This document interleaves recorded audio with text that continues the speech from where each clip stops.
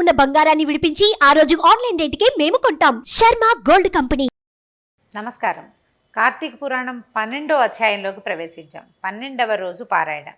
అత్రి మహాముని అగస్త్య మహర్షికి చెప్తున్నారు. కార్తీక శుక్ల ద్వాదశిని హరిబోధిని అంటారు. ఆ రోజు ఆయన నిద్రలేస్తాడనమాట.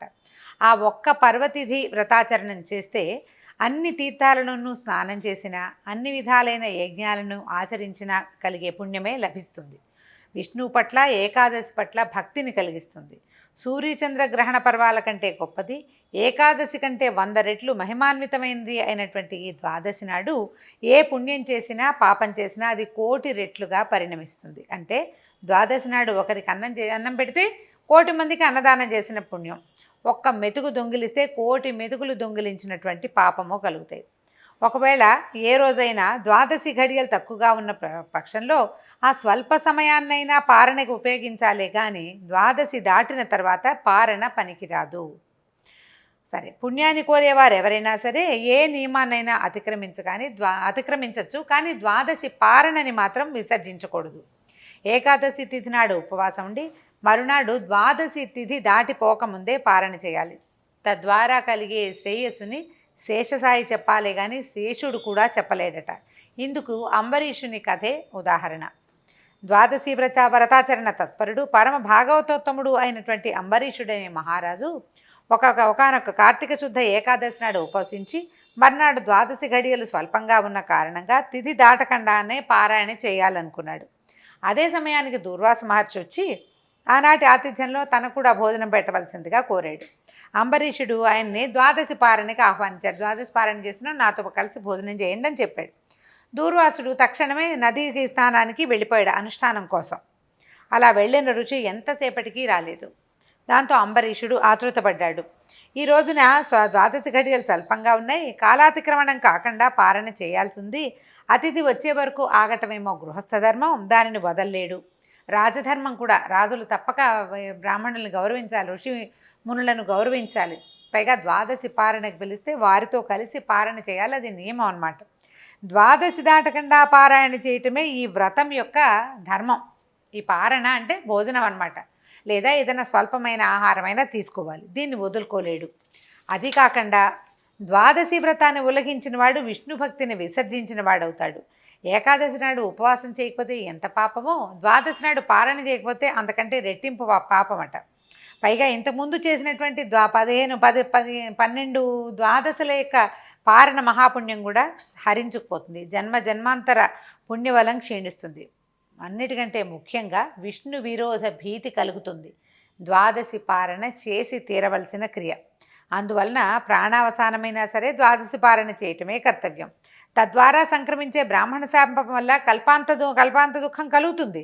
దూర్వాసాగమనాంతరం కంటే ద్వాదశి తిరోగమనాత్ పూర్వమే పారణ చేసి హరిభక్తిని నిలుపుకున్నట్లయితే కలగబోయే కష్టాలను ఆ కమలనాభుడే కడతేరుస్తాడని మనసులో నిర్ణయానికి వచ్చాడు. కానీ ధర్మవర్తనుడైన అంబరీషుడు ద్వాదశి పారణ కోసం తన చుట్టూతా కూర్చుని ఉన్నటువంటి వేద విధులందరినీ అడిగాడట సలహా, ధర్మ సందేహం ఏం చెయ్యాలి అని.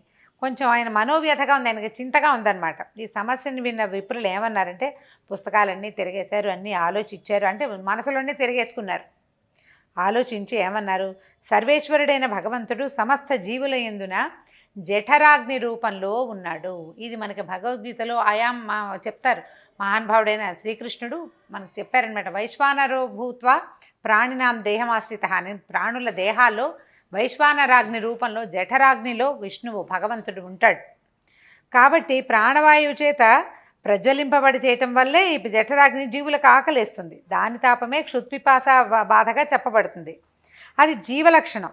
యుక్తాహారంలో ఏం చేయాలి, మనం సరైన ఆహారం ఇచ్చి ఆ అగ్నిని శాంతింపచేయాలి.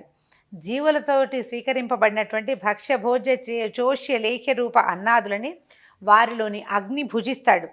జీవులందరిలో ఉన్నటువంటి జఠరాగ్ని జగన్నాథ స్వరూపం. కాబట్టి తన ఇంటికి వచ్చిన వాడు సకులస్థుడు, తమ కమ్యూనిటీకి చెందినవాడు కాకపోయినప్పటికీ ఆ అతిథిని వదిలి గృహస్థు భోజనం చేయకూడదు. బ్రాహ్మణుడి కనుక ఆ సమయానికి వస్తే అతన్ని వదిలిపెట్టి అసలు భోజనం చేయకూడదు, అది మరీ అధమం. పైగా నువ్వే స్వయంగా పిలిచావు కాబట్టి ఆయన కంటే ముందు కనుక నువ్వు భోజనం చేసేస్తే బ్రాహ్మణుని అవమానించినట్లుగా అవుతుంది. భూసురుని అవమానం వల్ల ఆయుష్, ఐశ్వర్యము, కీర్తి, ధనము నశించిపోతాయి. మనస్సంకల్పాలు సైతము తిరోహితాలైపోతాయి. బ్రాహ్మణుడు సర్వదేవతా స్వరూపుడుగా చెప్పబడి ఉండటం వల్ల ఆయన్ని అవమానిస్తే సర్వదేవతల్ని అవమానించినట్లే. కాబట్టి అందుకని ఏం చేయమన్నారు? జ్ఞానం వల్ల, జన్మ వల్ల, తపోమహిమ వల్ల శుద్ధరుద్ర స్వరూపుడుగా కీర్తించబడేటువంటి దూర్వాసుడి వంటి ఋషిని భోజనాన్ని పిలిచి ఆయన కంటే ముందే భోజనం చేయటం, పాలన చేసేయటము ధర్మం అని చెప్పటం సాధ్యం కాదు. కోపిష్టి అయిన ఋషి శపిస్తాడనే భయాన్ని పక్కకు పెట్టి చూసినా బ్రాహ్మణాతిథి కంటే ముందు భోజనం చేయటం శ్రేయస్కరం కాదు, అది కీర్తికరం కాదు. మరి నువ్వు ఆలోచించు. అయితే ద్వాదశి పారణ కనుక మానేసామనుకో, ఇంతకుముందు చేసినటువంటి ద్వాదశల పారణ అన్నీ పోతాయి. ఏకాదశి వ్రతభంగానికి ప్రాయశ్చిత్తం లేదు. కానీ బ్రాహ్మణాతిథిని అవి పరాభవిస్తే దానికి కూడా విరుగుడు లేదు. రెండూ సమానమే. అది బాధాకరమైంది, ఇది బాధాకరమైనది, రెండూ సమానమే. ఇప్పుడు పూర్వకర్మానుసారి పురాకర్మానుసారి అని నీకు ఇప్పుడు రెండు పక్కల కంఠపాస రజ్జువులాగా ధర్మ సంకటం వచ్చింది. ఇది ఎలా అయిందంటే పీకకి ఉరి కంఠపాస రజ్జువు అంటే బిగుసుకుంటుంది, ఎటు కదిలినా బిగిసిపోతుంది. నువ్వు అది చేసినా తప్పే, ఇది చేసినా తప్పే, మేము చెప్పలేకపోతున్నాం అన్నారు వాళ్ళు. మేము అశక్తులము, ఎటుపక్కగా చెప్పడానికి మా వల్ల కాదు, నువ్వే ఆలోచించి నీ బుద్ధికి ఏది వస్తుందో అది చేయమన్నాడు. వెంటనే ఈయన ఆలోచించుకుని బ్రాహ్మణ శాపం కంటే విష్ణు భక్తిని విడవటమే పెద్ద కష్టంగా అనిపిస్తోంది నాకు అని చెప్పి ఏం చేశాడు? చటుక్కున ఒక 3 ఉద్ధరణల నీళ్ళని తీసుకున్నాడు పారణగా. ఎప్పుడైతే ఇతను నీటిని స్వీకరించాడో దూర్వాస మహాముని హుటాహుటిన వచ్చేసాడు. వెంట ఆయనకు తెలిసిపోయింది తను రాకుండానే ఈయన పారణ చేసినట్టు. దాంతో ఆగ్రహోదగ్రుడైపోయినటువంటి దూర్వాసుడు అంబరీషుణ్ణి శపించాడు. అంబరీషుడు తల వంచేసుకున్నాడు. ఏం చేయాలో తెలియలేదు.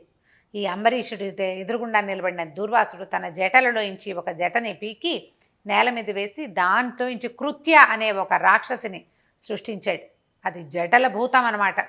నిలువెల్లా నిప్పులు కక్కుతూ ఈయన వైపు, అంబరీషుడి వైపు అడుగు వేసింది. దూర్వాసుడిని బాధపెట్టిన, కష్టపెట్టిన, కోపం తెప్పించిన వాడి అంతం చూడడం కోసం తల వంచుకుని ఉన్న అంబరీషుణ్ణి ఈ కృత్యని సృష్టించడమే కాకుండా ఆయన కూడా శపించేశాడు దూర్వాసుడు. నానా యోనుల యందు నానా రూపాల్లోనూ నువ్వు జన్మించమన్నాడు, ఏదేదో అన్నాడు. ఆ కోపం పట్టలేకపోతున్నాడు అనమాట. ఈ పట్టలేని ఈ దీంట్లో ఏమైంది? ఈ అంబరీషుడు పూజ చేసుకుంటున్నాడు. అప్పటిదాకా ద్వాదశి పూజ జరిగింది కాదు. ఈ జరిగిన పూజాపీఠంలో సుదర్శన చక్రం ఒక యంత్రస్థానంలో ఉన్నదన్నమాట. ఒక చిన్న రేకు మీద సుదర్శన చక్రము లిఖించబడి ఉన్నది.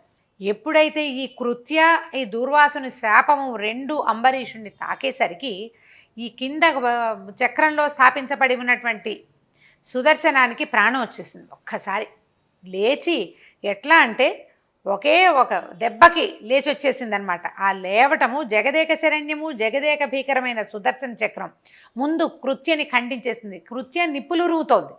సుదర్శన చక్రం నిప్పులు కాదు, అవి ఉరువులు, పిడుగులు మామూలువి కాదనమాట. ఒక్కొక్క పంటి నుంచి, అంటే 1000 పళ్ళు ఉంటాయట ఆ చక్రానికి. ఒక్కొక్క పంటి నుంచి వచ్చే అగ్నిధారలు కృత్యకి కొన్ని 100 కోట్లు ఎక్కువ. మహాప్రకాశవంతంగా ఉంటుంది, మెరిసిపోతూ ఉంటుంది, భయం కొలిపేలాగా ఉంటుంది. ఆ నిప్పులు కక్కుతూ లేచినటువంటి సుదర్శన చక్రం కృత్యని ఖండించి ఏం చేసింది? ఈ వెంటనే దూర్వాసుడి వైపుకి కదిలింది. అచేతనాలైన పూజిత సంజ్ఞలలోంచి జడమైన విష్ణు చక్రం దివ్యకాంతి ప్రభాశోభితమై తన వంక కదిలి రావడాన్ని చూసేసరికి దూర్వాసుడు తుళ్ళిపడ్డాడు. పూజలో ఉన్నాయి అన్ని ప్రతిమలు, కొన్ని సాలగ్రామాలు. ఈ పూజలో అన్ని పూజ ప్రశాంతంగా ఉన్న పూజల నుంచి ఒక్కసారి ఇట్లా నిప్పులు రుముతూ ఈ చక్రం లేచి రావటము, కృత్య ఖండించబడటము, తర్వాత అది తన వైపు కదిలేసరికి ఆయన కంగారు పడిపోయాడు. చక్రానికి చిక్కకూడదని భూచక్రం అంతా కూడా క్షణాల మీద పరిభ్రమించాడు. అయినా సుదర్శనం అతగాడిని తరుముతూనే ఉంది. భీతావహుడైన దుర్వాసుడు వశిష్ఠాది బ్రహ్మర్షులని, ఇంద్రాది అష్టదిక్పాలకులని, చివరకు శివ బ్రహ్మలని కూడా శరణు కోరారు. కానీ అతని వెనకాలే విహ్వల మహాగ్నిజ్వాలాయుతంగా వస్తున్నటువంటి విష్ణు చక్రాన్ని చూసి ఎవరికి వారే తప్పుకున్నారే తప్ప తెగించి ఎవ్వరూ అభయాన్ని ఇవ్వలేదు. ఈ విధంగా ప్రాణభీతుడైన దూర్వాసుడు సంభవిత లోకాలన్నీ సంచరించి చివరిగా చక్రపాణి అయినటువంటి విష్ణులోకాన్ని చేరాడు.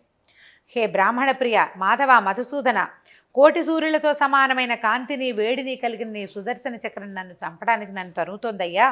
బ్రాహ్మణ పాదముద్ర సుశోభిత మహోరస్కుడు అయినటువంటి నువ్వే నన్ను ఈ ఆపద నుంచి కాపాడాలన్నాడు. బ్రాహ్మణ పాదముద్ర అంటే భృగు మహర్షి చేత తన్నించుకున్నాడు విష్ణువు. ఆయన కాలి స్పర్శ నీ హృదయం మీద ఉంది, నువ్వు గౌరవించావే కానీ అతన్ని ఏమీ అనలేదు అంటే నువ్వు బ్రాహ్మణుని అంత గౌరవిస్తావు, కాలెత్తి తన్నినా కూడా నువ్వు గౌరవించిన వాడివి, నన్ను రక్షించు అని అడిగాడు. అడిగేసరికల్లా విలాసంగా నవ్వాడట విష్ణుమూర్తి. ప్రపంచానికి నేను దైవాన్ని, కానీ నాకు మాత్రం బ్రాహ్మణులే దైవాలు. నీవు సద్బ్రాహ్మడువు, రుద్రాంశ సంభూతుడువు అయ్యుండి కూడా అంబరీషుణ్ణి అకారణంగా శపించావు.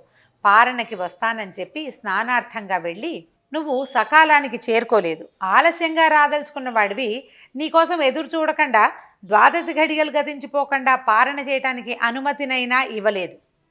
12 దాటిపోవటానికి కొన్ని క్షణాలు మాత్రమే వ్యవధి ఉన్న సమయంలో వ్రతభంగానికి భయపడి మంచినీళ్లను తీసుకున్నాడే కానీ ఆకలితోనో నిన్ను అవమానించాలనో పారణ చేయలేదు అంబరీషుడు. అనాహారేపి యచ్చత్వం శుద్ధ్యర్థం వర్ణినాం సదా అన్నారు. నిషిద్ధాహారులకి కూడా జలపానము దోషం కాదు అని శాస్త్రాలు ఘోషిస్తున్నాయి.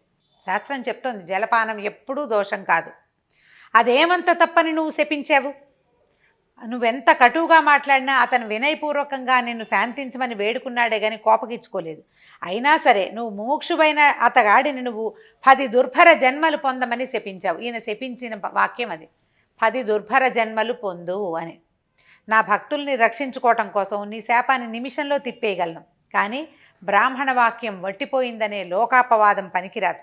నీకు కలక్కండా ఉండాలి అది. అందుకని ఆ భక్తుని హృదయంలో చేరి నీ శాపాన్ని సవినయంగా స్వీకరించిన వాడిని, నీ శాపాన్ని అంగీకరిస్తూ గృహామి అన్నవాడిని నేనే కానీ అంబరీషుడు కాదు. అంటే మహావిష్ణువే అంబరీషుని శరీరంలో ఉండి దూర్వాస మహాముని తాలూకు శాపాన్ని స్వీకరించాడు. 10 దుర్భర జన్మలు ఎత్తటానికి ఒడంబడ్డాడనమాట భగవంతుడు.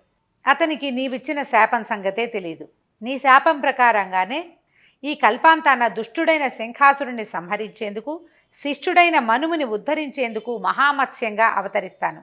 దేవదానవులు క్షీరసాగరాన్ని మధించే వేళ మందరగిరిని మూపున ధరించటానికి కుదురుగా ఉండేందుకు గాను కూర్మావతారుణ్ణి అవుతాను. భూమిని ఉద్ధరించేందుకు, హిరణ్యాక్షుణ్ణి చంపేందుకు వరాహాన్నవుతాను. హిరణ్యకశిపుణ్ణి సంహరించడం కోసం వికృతాననం కలిగినటువంటి నరసింహ రూపావతారుణ్ణవుతాను. సర్వదేవతా సంరక్షణ కోసం ధర్మబలుడైనా కూడా దానవుడు కనుక బలి అనేవాణ్ణి శిక్షించేందుకు వామనుణ్ణవుతాను. త్రేతాయుగంలో జమదగ్నికి కుమారుడిగా పుట్టి సాయుధ బ్రాహ్మణుడనై దుర్మదులైన రాజులను దుళ్ళగొడతాను. రావణ సంహారార్థమై ద్వాపరంలో జ్ఞానిని బలవంతుణ్ణి అయ్యుండి కూడా రాజ్యాధికారం లేకుండా రాజుకి తమ్ముడిగా శ్రీకృష్ణునిగా జన్మిస్తాను. కలియుగారంభాన పాపమోహము కొరకు పాషండమత ప్రచారకుడనై బుద్ధునిగా పుడతాను. ఆ యుగాంతాన అంటే కలియుగాంతములో శత్రుఘాతకుడైన బ్రాహ్మణునిగా జన్మిస్తాను. దూర్వాస, నా ఈ దశావతారాలను, ఆయా అవతారాలలోని లీలలను ఎవరు వినినా చదివినా తెలుసుకున్నా కూడా వారి పాపాలు పటాపంచలవుతాయి. దేశకాల వయోవస్థల్ని బట్టి వర్ణాశ్రమాలను అనుసరించి ధర్మము అనేక విధంగా వేదం చేత ప్రవచింపబడి ఉంటుంది. అటువంటి వివిధమైన ధర్మాలలో కూడా ఏకాదశి నాడు ఉపవాసము, ద్వాదశిన దాటకుండా పారణము అనేది విశ్వజనీనంగా భాసిస్తాయి. అటువంటి వైదిక ధర్మాచరణము చేసినందుకు గాను నువ్వు ఆ అంబరీషుణ్ణి శపించింది చాలక మరో ఘోర శాపాన్ని ఇవ్వబోయావు. బ్రాహ్మణుడవైన నీ వాక్యాన్ని సత్యం చేయటము, భక్తుడైన ఆ రాజుని కాపాడుకోవటము రెండూ నా బాధ్యతలే కనుక మళ్ళీ శపించబోయే నిన్ను నివారించడానికే నా చక్రాన్ని నియమించానని శ్రీ మహావిష్ణువు దూర్వాస మహామునికి తెలియజేశారు. దూర్వాసుని శాపం వలనే విష్ణుమూర్తి 10 అవతారాలను ఎత్తారని కార్తీక పురాణాలు అంటే స్కాంద పురాణాంతర్గతమైన ఈ కథల్లో చెప్పబడింది. దీంతో 12వ రోజు పారాయణ పూర్తయిందండి. పారాయణ రేపు 13వ రోజు కార్తీక పురాణంతో మళ్ళీ కలుసుకుందాం. నమస్కారం.